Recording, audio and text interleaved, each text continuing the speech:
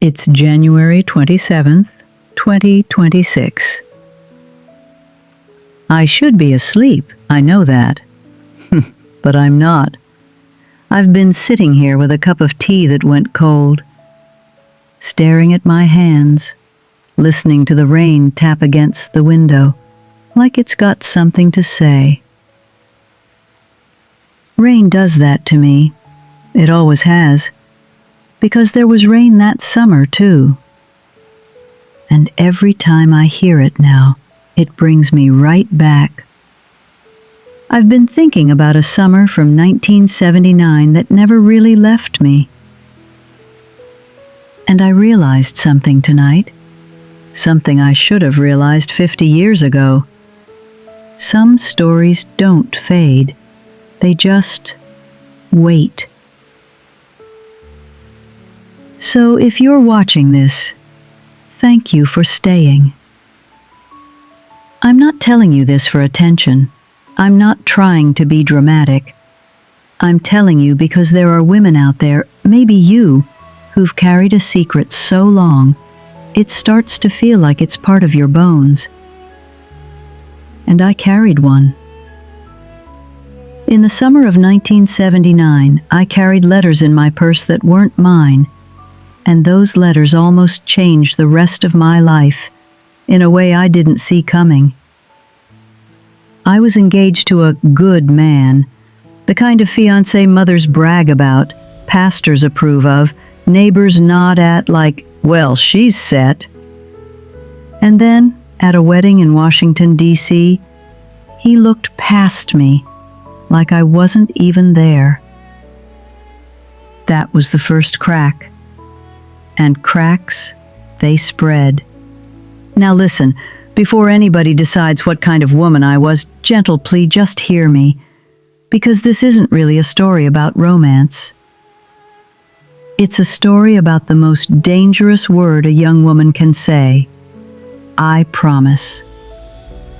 And honey, I promised the wrong thing. People don't talk about what women carry, not just in purses.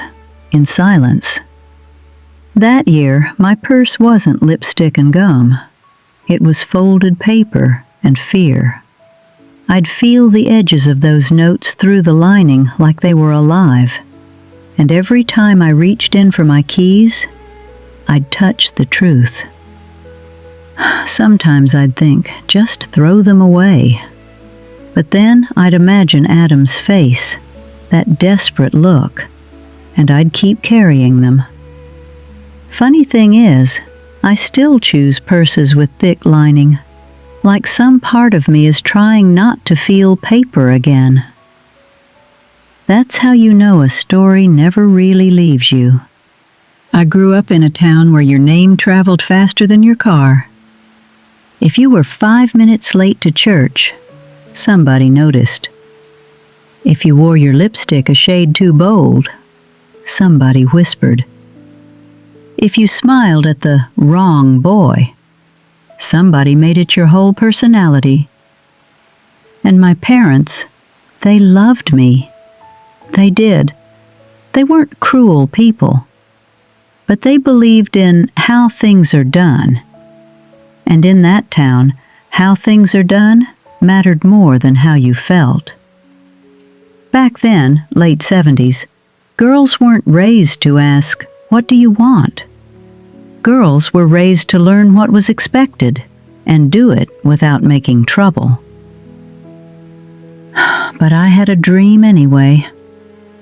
In 1978, I kept a little notebook tucked under sweaters in my dresser drawer.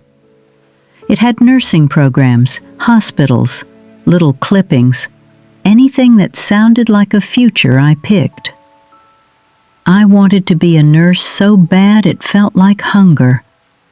Not for money, not for praise, just because I wanted to be useful in a way that mattered. And here's why I'm telling you this.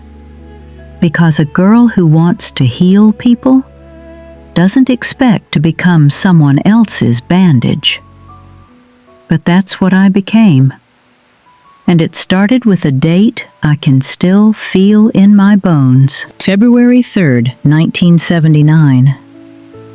It was cold enough to sting your lungs, and our kitchen heater made this rattling sound like it was angry at everybody. My daddy stood in the doorway and said, "Sarah, sit down." That sentence can turn your stomach, even when you've done nothing wrong. My mother kept drying her hands on the same towel, over and over, like she couldn't stop. Daddy cleared his throat and said, "The Millers came by." Adam asked. Adam Miller, tall, polite, football boy with a smile that made grown women soften like butter. The kind of boy mothers bragged about, pastors approved of, neighbors nodded at like, "Well, she's set." And I did like him. I really did. We'd grown up around each other. Cookouts, church picnics, school games. Nothing scandalous, nothing wild, just familiar, safe. So when they asked if I was willing, I said yes. Not because I was brave, because I was trained. And everybody looked relieved, like I'd saved them from a problem. That night, I lay in bed staring at the ring in lamplight and thought, I just agreed to a life I haven't lived yet. And I wish I could tell you I saw what was coming. I didn't. That fall, September 1979, I started community college, just 20 minutes away. Nothing fancy. Biology, chemistry, a couple prerequisites. I loved it. I loved the smell of the science building, chalk dust, clean floors, that sharp sting of alcohol wipes. I felt alive, like I had a key to a door I'd been staring at my whole life. Adam would pick me up sometimes in his truck, leaning against the door like he belonged on an album cover. He'd grin and say, "How's my future nurse?" And I'd smile like I belonged to that sentence. But looking back, he wasn't proud of me. He was proud of the version of me that fit into the plan. And then came the wedding trip, and honey, that's where the whole thing tipped. My cousin's wedding was July 21st, 1979, in Washington, D.C. For our families, that might as well have been Hollywood. We drove up like we were crossing the country, coolers and trunks, garment bags hanging like precious cargo. My mother passing around sandwiches like we were on the Oregon Trail. The hotel carpet had a pattern so loud it could have argued with you. The ballroom lights made everyone look shinier than real life. Adam walked in wearing a dark three-piece suit, and I remember thinking, that's my fiancé. That's my future. Then I noticed his eyes. They weren't on me. They kept drifting past me, like something across the room had a string tied to his soul. I turned slowly because I didn't want to look jealous. And that's when I saw her, Grace Holloway, not from our town, not from our rules. Big hair, confident laugh, lipstick like she didn't ask permission to exist. And Adam? Adam looked at her like he'd been thirsty his whole life. My stomach went cold. Now here's the part older women understand right away. I didn't confront him. I smiled. I danced. I clapped for the bride. Because I thought, if I stayed quiet, it would pass. But storms don't pass when you invite them into your house. That look came home with us. And within 2 weeks, he said something to me that still makes my chest tighten. I remember my dress that night in D.C., pale blue, sweet, safe. The kind of dress mothers pick because it says good girl without saying a word. Ah, I felt beautiful. And that's why it hurts so bad. Because I didn't lose him looking messy. I didn't lose him being cruel. I lost him while I was standing there, trying my best, looking my best, behaving my best. And he still looked right past me. That's a lesson you don't forget. Within 2 weeks of that wedding, Adam changed. Not the obvious kind of change either. Not the kind where a man says, "We need to talk," and you know what's coming. No, it was worse. It was little things. He'd come by the house and forget my mother was talking to him. He'd stare at the porch rail like it was spelling out answers. He'd laugh at the wrong moment, then look guilty like he'd been caught stealing. Then one evening, August 6th, 1979, he showed up later than usual.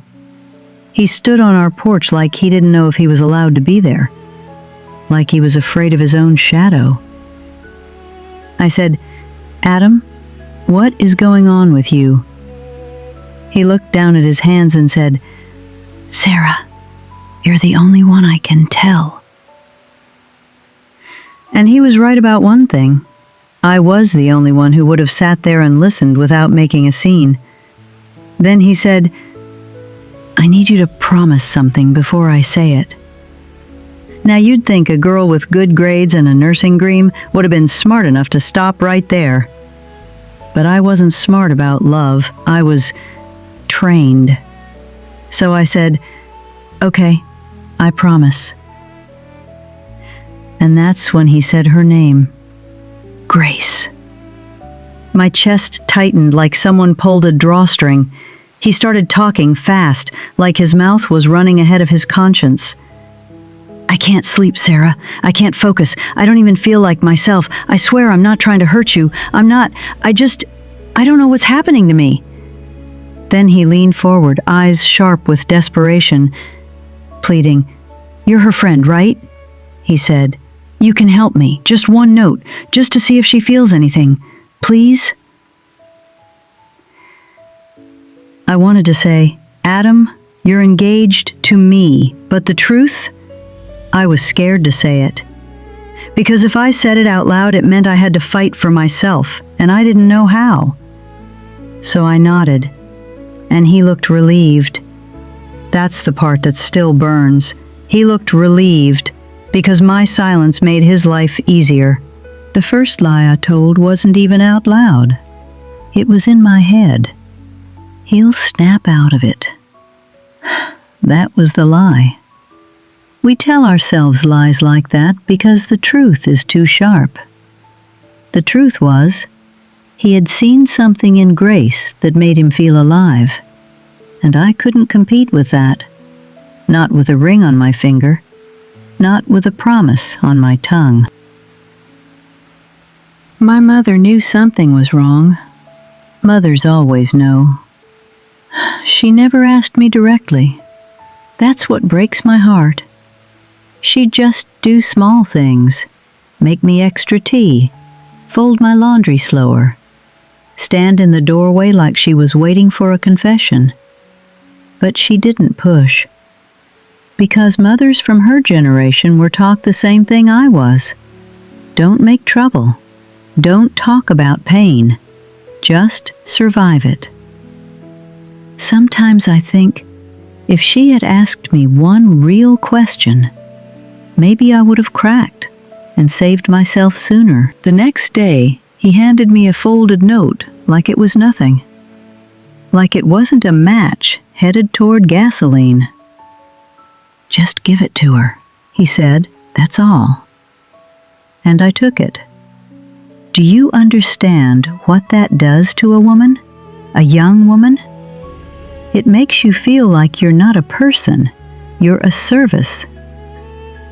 I found Grace near the science building. She looked so normal. That's what gets you. A person can be the center of your collapse and still look like an ordinary girl waiting for class. I said, "Grace, Adam wanted me to give you this." Her cheeks turned pink. She didn't look shocked. She looked relieved, like she'd been waiting for permission to hope. She read it quickly, then looked up at me and said softly, "He really means it?" And right there, right in that second, I knew I'd stepped into something I couldn't control. Because I could have ended it. I could have said, "No, he's engaged." But I didn't. I heard myself say, "Yeah, I think he does." Grace wrote a note back on a torn piece of paper, nothing fancy, just a line of poetry and a time and a place. When I handed it to Adam later, he smiled in a way I had never seen for me. Not once. And in that moment I understood I wasn't his future. I was his obstacle. And instead of walking away, I stayed and helped him climb over me. There was a diner off Route 9 with a payphone out front. That payphone saw more secrets than a confessional. Adam would stand there in his jacket, shoulders hunched, feeding quarters like they were prayers. And I'd sit in the truck, pretending I wasn't watching. Sometimes a car would pass and my heart would jump, because if the wrong person saw him, the whole town would know by supper. He'd come back to the truck with that look in his eyes, like he'd just touched fire and couldn't stop. And I'd think, this isn't love, this is hunger. But no one teaches girls the difference. After that, it turned into a routine. Notes slipped into my textbook. Notes tucked into Grace's notebook. Messages delivered like I was the post office. And the worst part? Both of them trusted me. Adam would ask, hungry, "What did she say today? Did she smile? Did she ask about me? What was she wearing? Was she alone?" And Grace would grip my hand and whisper, "Sarah, what did he say? Is he serious? Do you think he'd really choose me?" I became a bridge. And bridges don't get thanked. They just get walked on. By September 1979, Adam started calling Grace from a payphone outside a diner. You remember payphones? You'd stand there with a line of quarters, praying nobody you knew drove by.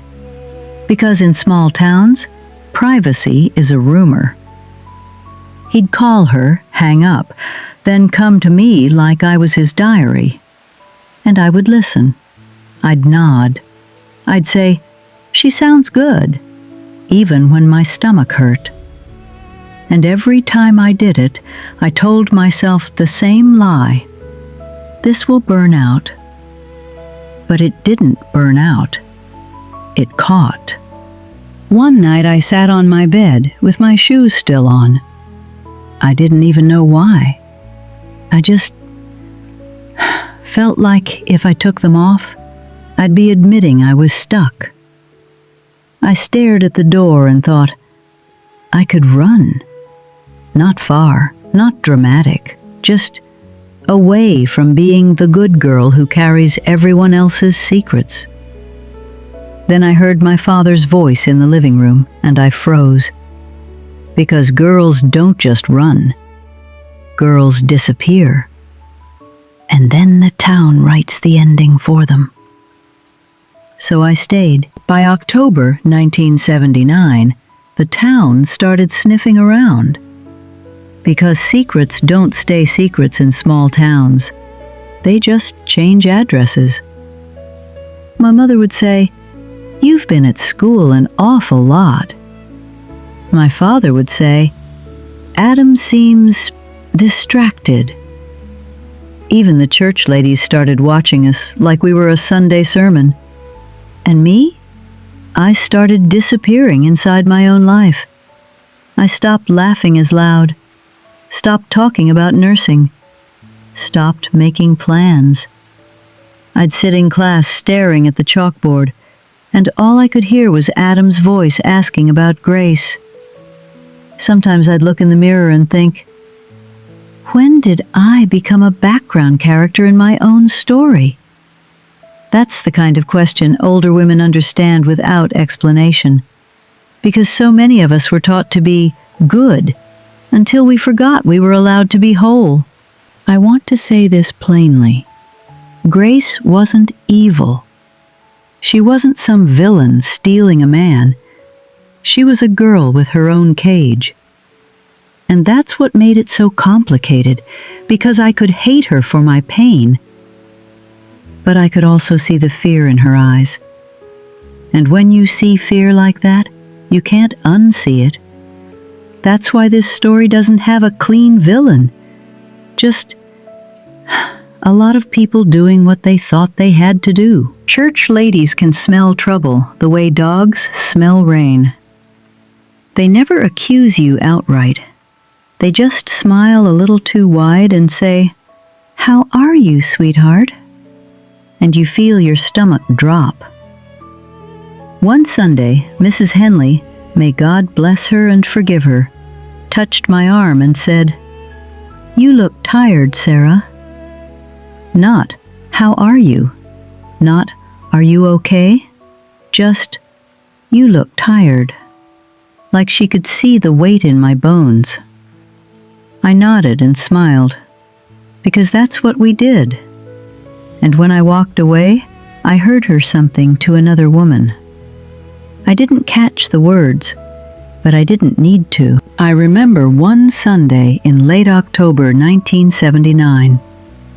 We were sitting in church, all dressed up, shoulders stiff, smiling at people we didn't trust.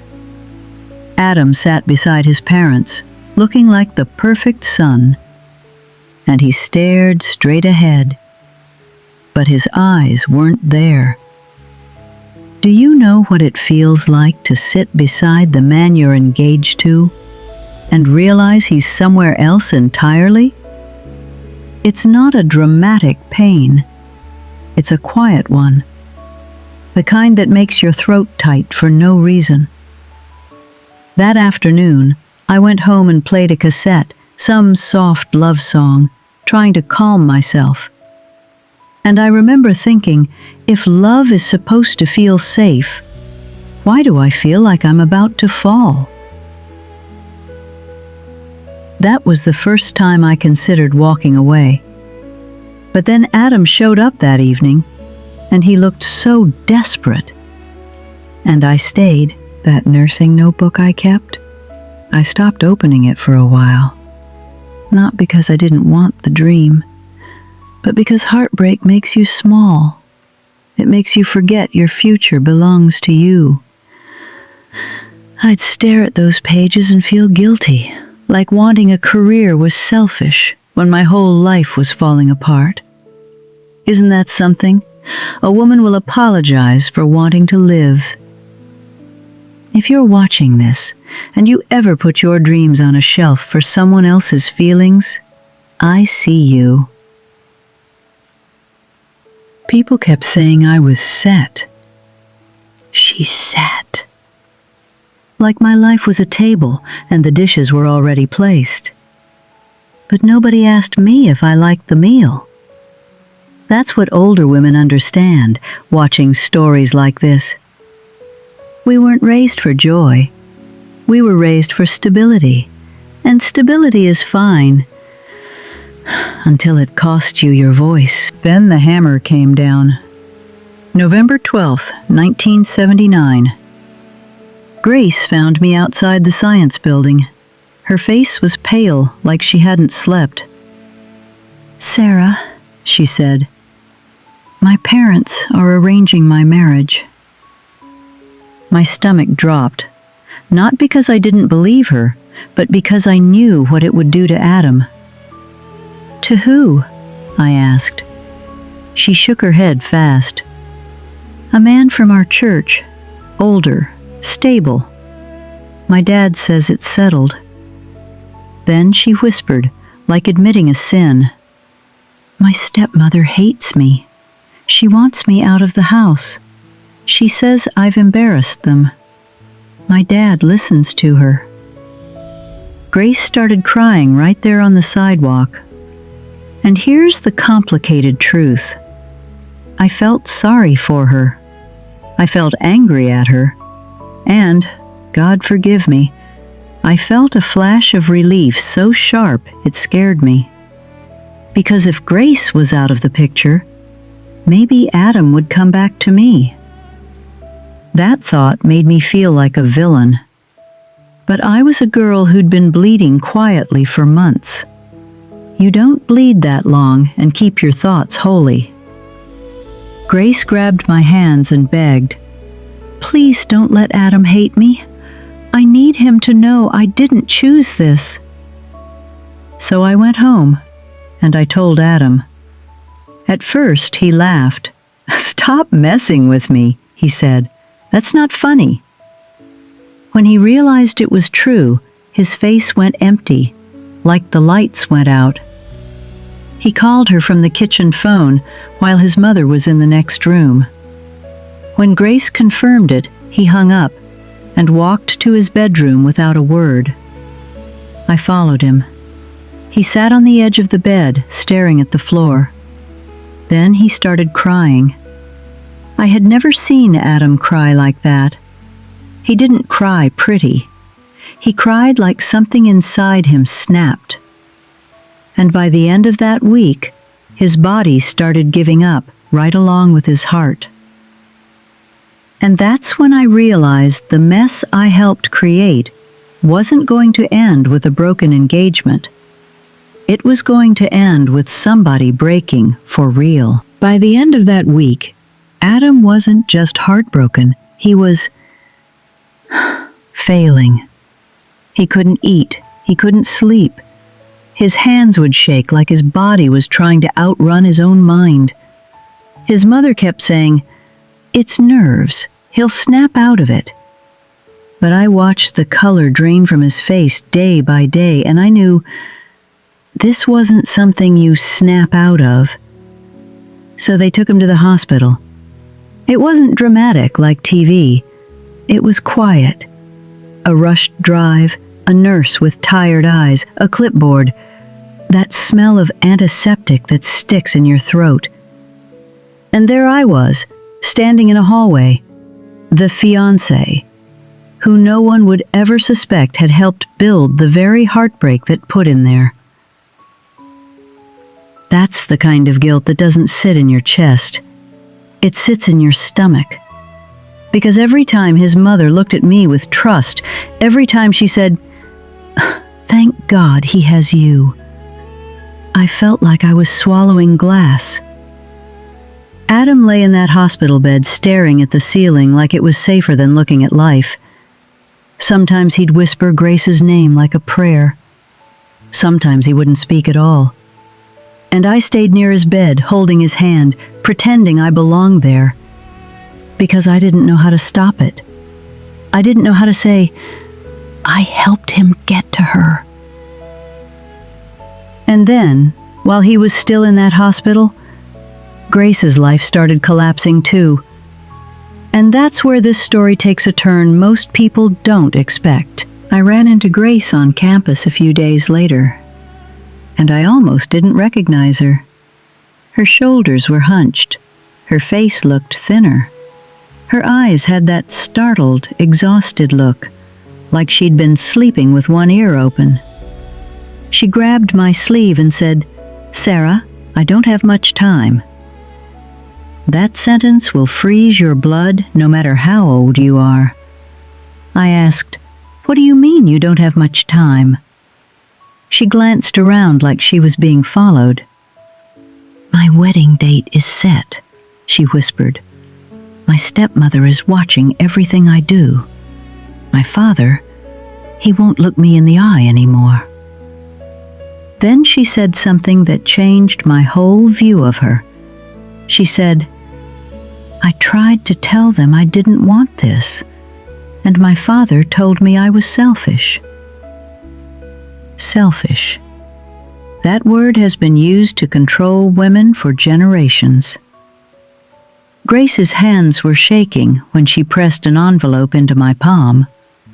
"Please," she said, "give this to Adam. He has to know. He has to know I didn't choose this." I stared at the envelope, and for a moment I wanted to refuse. Not because I hated Grace, because I was scared. I was scared that whatever was in that envelope would push Adam over the edge. Grace's eyes filled. She swallowed hard.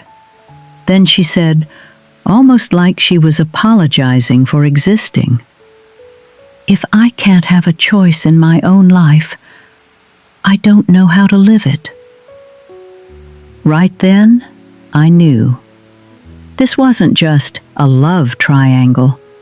This was two young people trapped in family expectations, and one young woman, me, standing in the middle like a door they kept slamming.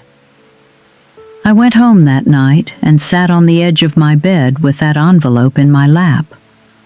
And for the first time in months, I didn't feel jealousy. I felt fear. I'm going to tell this part the right way, because when someone is in despair, details aren't what matters. What matters is that they felt alone. That night, I opened Grace's letter. I shouldn't have, but I did. And when I read it, my hands went cold. The letter wasn't just heartbreak. It was hopelessness. It was the sound of a person who felt trapped in a life they didn't choose and didn't see a way out. She wrote about her stepmother's cruelty, about her father's silence, about being told she was ungrateful for wanting control over her own future. And then, between the lines, she hinted she might do something permanent, not as a threat, as surrender. I sat there shaking, thinking of Adam in that hospital bed, thinking of Grace sitting somewhere alone, thinking of how fast people fall when no one catches them. And I realized something. If I delivered this letter the wrong way, I could be the last person holding a match. So I made two decisions that night. First, I made sure Adam received what mattered, that she cared, that she was scared, that this wasn't her choice, without passing along anything that could lead to harm. Second, I stopped handling it alone. I quietly got help involved. No drama, no announcements, just adults who could act fast. Because sometimes the bravest thing a woman can do is stop protecting everyone's secrets. Grace was taken seriously, and she survived that night. But the damage was real. When you bring someone back from the edge, you don't just go back to normal. Everything feels different afterward. I visited her once after that. She didn't look like a girl in love. She looked like a girl who'd been frightened out of her skin. And she held my hand and whispered, "Thank you for not letting this become worse." That's when I realized something that still stings.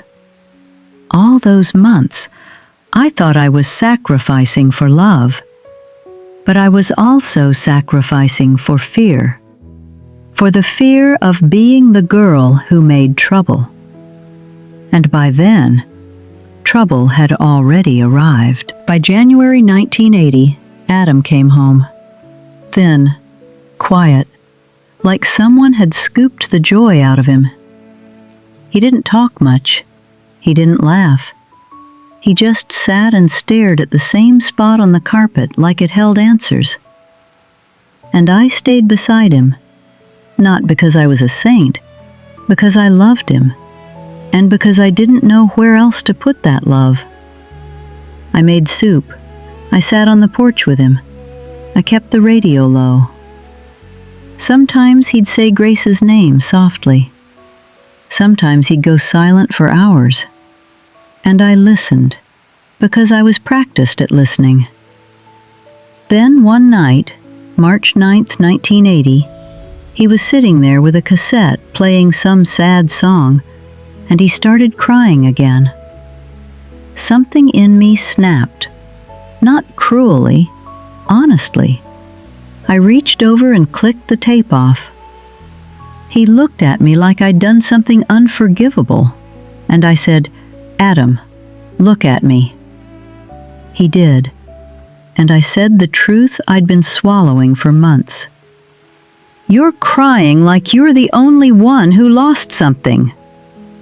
His face tightened. I kept going, voice shaking. "I loved you too."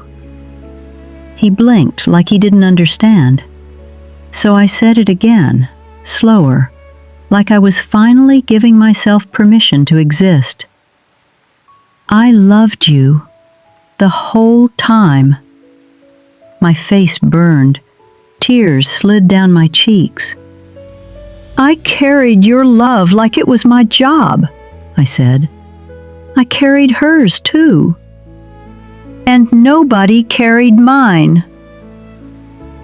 Adam stared at me for a long time, and for the first time, he looked at me like a man seeing a person. Not a plan, not a promise, a person. Then he whispered, almost ashamed, "Why didn't you tell me?" And I laughed through tears and said, "Because girls like me weren't raised to ask for love. We were raised to earn it." That line is the truth of my generation. And I know some of you watching right now are nodding, because you've lived it. After that night, things shifted. Not like a movie, no fireworks. More like ice melting, slow, awkward, real. Adam started speaking to me differently. He asked about my classes again, not like a checklist, like he actually cared. He'd sit at the kitchen table and listen. He didn't pretend Grace never happened. And neither did I, because pretending is what ruined us in the first place. By summer 1981, our families pushed the engagement forward again like they were putting a train back on the track. And Adam didn't fight it. He didn't celebrate it either. He just accepted it, like a man who finally understood life doesn't always give you the ending you beg for. We got married that fall. Church flowers, sheet cake, people smiling like everything had worked out exactly as it should. And me? I stood there smiling for pictures, thinking, I hope I'm not just the woman who survived somebody else's love story. Marriage is complicated. Sometimes you marry the person you love. Sometimes you marry the person who comes back after loving someone else. And you decide every day whether you'll build something honest or live inside a shadow. Adam and I chose honest. It took time, it took pain, but we chose it. And Grace? I still think about her sometimes, not as the other woman, as a girl who deserved a choice. And I think about 19-year-old me, carrying letters like a post office, smiling while I was breaking. If I could reach through this screen and grab that girl by the shoulders, I'd tell her, Sarah, you're allowed to be loved out loud. Some stories don't fade. They just wait. And maybe that's why I'm finally telling mine. Thank you for listening. Truly. Tonight, if this story stirred something in you, I want you to know you're not alone. Here at Voices of Extraordinary Grandmas, we share true-to-life stories told in a gentle narrator voice to protect privacy. Names, places, and details may be changed or blended, but the emotional truth is real. If you want more stories about love, loss, family secrets, and the quiet strength women carry, subscribe and turn on notifications so you don't miss the next one. And if this story reminded you of your own, take a breath. Be kind to yourself tonight. I'll see you in the next story.